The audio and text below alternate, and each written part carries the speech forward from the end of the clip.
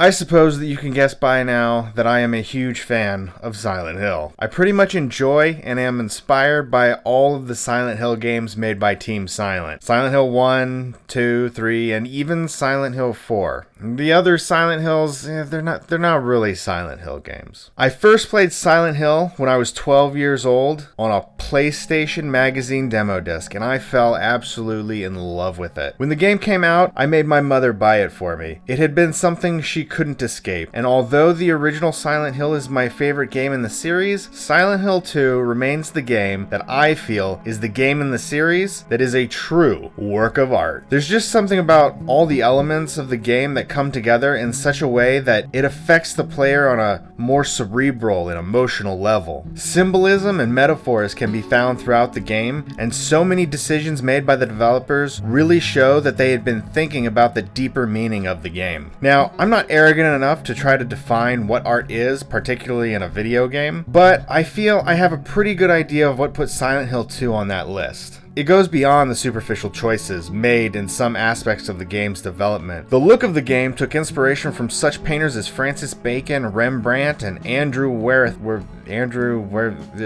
the guy who painted Christina's World. You can easily see Rembrandt's influence on the color palette of the game. The distinctive look of the game doesn't solely come from its graphical design, however, but also from the simple decision to lay a film grain over the image. Many people complain that it makes the game look bad, but the film grain is purely an aesthetic choice made by the developers. The film grain gives the game that sort of 80s, 90s movie feel to it. Other obvious details include the music in the game. So much has been said about the music in Silent Hill games, I don't think I really need to comment on anything here, but it's so pitch perfect. A lot of it's inspired by Angelo Badalamenti, and it is some of the best music you'll probably find in any video game anywhere. There is also the camera, which moves in disorienting and strange ways all throughout the game to heighten the tension of the action. Silent Hill 2 also has a moment of satire, as the handgun in the game is found in a shopping cart in a room that's been completely shot up and has spent bullet casings laying all over the floor. This had been a small piece of commentary on guns in the US. But these few things aside, I feel that the root of why Silent Hill 2 is art, or at least elevates itself towards art, goes deeper than that, into not just its story but also into the character of James himself. Everything in the game Silent Hill 2 loops back into the inner emotions and emotional journey of James himself. Every single thing is held together by that solitary thread. I believe this is what truly sets Silent Hill 2 apart from all other games and makes it the work of art that it is. In a world of rescuing princesses, Silent Hill 2's story stands out quite a bit for a video game. It's about a man who goes to Silent Hill looking for his dead wife and finds that he has actually killed her and blocked out the memory because it was too traumatic for him. She had been dying of a disease for 3 years, and as she deteriorated, she would take out her pain on James. It took an emotional toll on him. He smothered her in an attempt to end her pain and regain his life. The story itself had been heavily inspired by the book Crime and Punishment by Floyd Dostoevsky. The themes of guilt and punishment run throughout the entire game. And because the town of Silent Hill is essentially a looking glass that reflects the people in it, much of James' emotions are represented in the game as metaphors or symbols. James's inner guilt and desire to be punished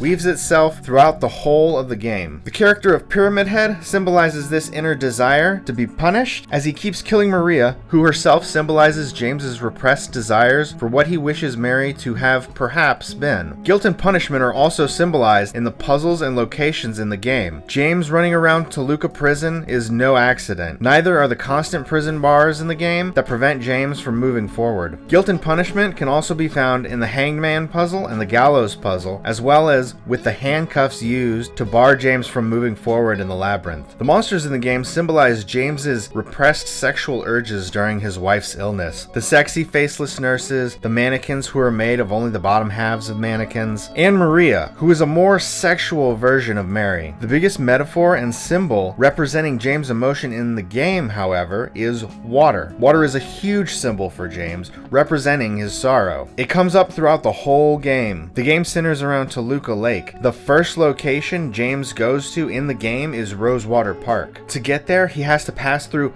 Blue Creek Apartments. In the apartments are random puddles laying all over the floors in the hallways, and during the pyramid fight, the stairwell is flooded. James and Maria search Brookhaven Hospital, with James's final destination being Lakeview Hotel. There is an ending called the in-water ending, and rain is constant throughout the game, mostly in the Otherworld. James has to wade through water in both the hotel basement and the underground sections of the labyrinth. Water saturates absolutely everything in Silent Hill 2. It gives everything a dreary feeling, probably much the way that James feels. But of course, all these things I mentioned above, symbolism and metaphor, visual choices, filmic uses of the camera, and sound design, are traditional forms of artistic expression, used to create meaning in a given piece of work. Video games, however, have unique characteristics unto themselves, the main one being interactivity, and Silent Hill 2, unlike any other game out there, uses this characteristic to create a truly original artistic experience. The game has several different endings. The main three endings can only be gotten based on the play style of the player. If the player plays recklessly and doesn't heal James when he's on the red status, or if he looks at the knife Angela gives him,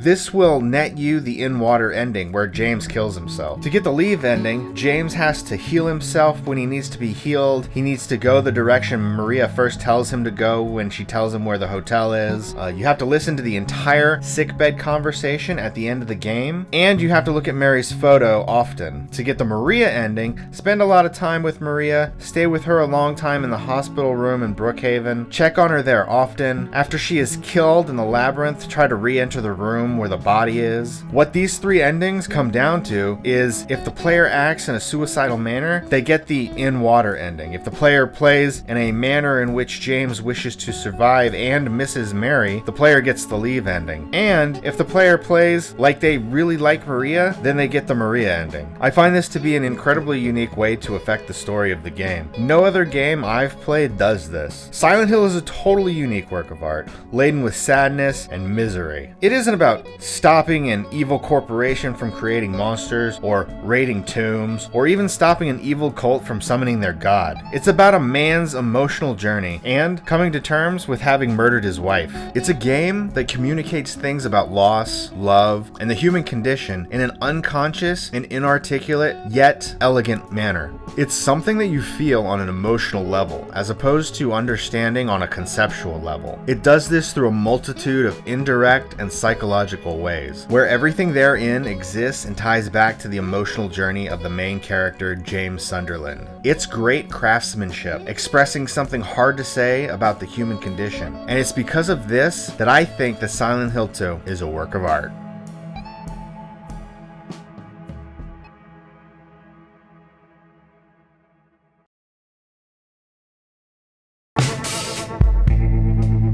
Hey, if you've enjoyed this video, please check out my Patreon and consider becoming a patron. Link in the description.